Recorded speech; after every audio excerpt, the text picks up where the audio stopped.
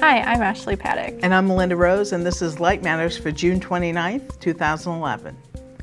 In this week's show, a wildfire threatens Los Alamos National Laboratory, chaos is inspired in a microlaser, HD technology could get a big boost from a little shrimp, and a laser helps produce a pure microwave signal. A wind-driven wildfire is threatening Los Alamos National Laboratory, home to the Trident laser, the Roadrunner supercomputer, and many National Nuclear Security Administration weapons programs. The fast-moving, less conscious fire now covers more than 60,000 acres just 2 days after it began. By comparison, the El Cerro Grande fire in 2000 in the same area burned 47,000 acres, but took nearly 2 weeks to do so.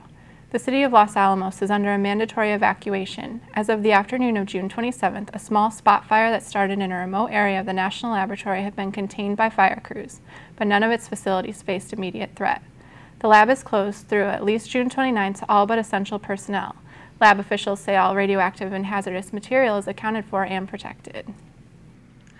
A micro or nano laser that contains only one quantum dot as the gain medium is being pursued by labs worldwide, but a group in Germany says they are close with their new model. Because of their special design, the University of Würzburg microlasers can be driven with no more than a few microamperes of pump current and only around 10 quantum dots. Conventional semiconductor layers require much higher pump currents and need between 1,000 and 10,000 quantum dots.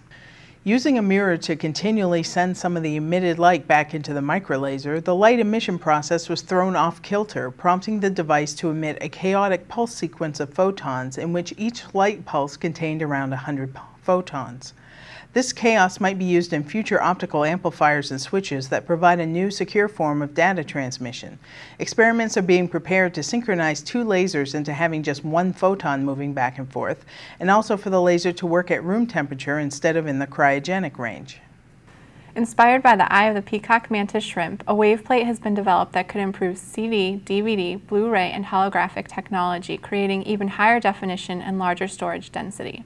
Peacock mantis shrimp are one of only a few animal species that can see circularly polarized light, like the light used to create 3D movies. Some believe the mantis shrimp's eyes are better over the entire visual spectrum than any man-made waveplate. Waveplates restore polarization in devices where it has been lost and can also divide light into separate polarizations to carry specific information. They can also filter light for optical devices. Typically, they are made from minerals like quartz or calcite or from special polymers.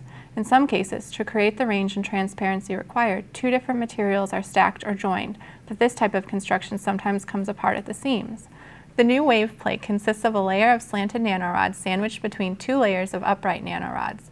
Multiple sandwiches are then stacked to make the required wave plate. They are manufactured as one piece so they cannot come apart. The fabrication technique is well established in the thin film industry, does not require expensive lithography equipment, and is compatible with technology commonplace in the electronics and optoelectronics industries. A new low-noise oscillator at the National Institute of Standards and Technology is generating microwave signals more pure and stable than those from conventional electronic sources. The device is a new application of optical frequency combs and is so good that 2 copies had to be made just to have a tool precise enough to measure the system's performance. Each low noise system is based on a continuous wave laser with its frequency locked to the extremely stable length of an optical cavity with a high quality factor, assuring a steady and persistent signal. This laser, which emitted yellow light in the demonstration but could be another color, is connected to a frequency comb that transfers the high level of stability to microwaves. The transfer process greatly reduces random fluctuations in the phase of the electromagnetic waves over timescales of 1 second or less, resulting in a stronger, purer signal at the exact desired frequency. The oscillator might be useful in radar systems for detecting faint or slow-moving objects. It could also help make atomic clocks operating at microwave frequencies more stable, including the current international standard cesium atomic clocks. Well, that's it for this edition of Light Matters. For more on any of these stories, visit photonics.com.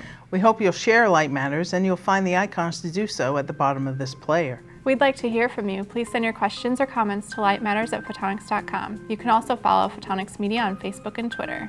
Thanks for watching, and remember, if it's light, it matters.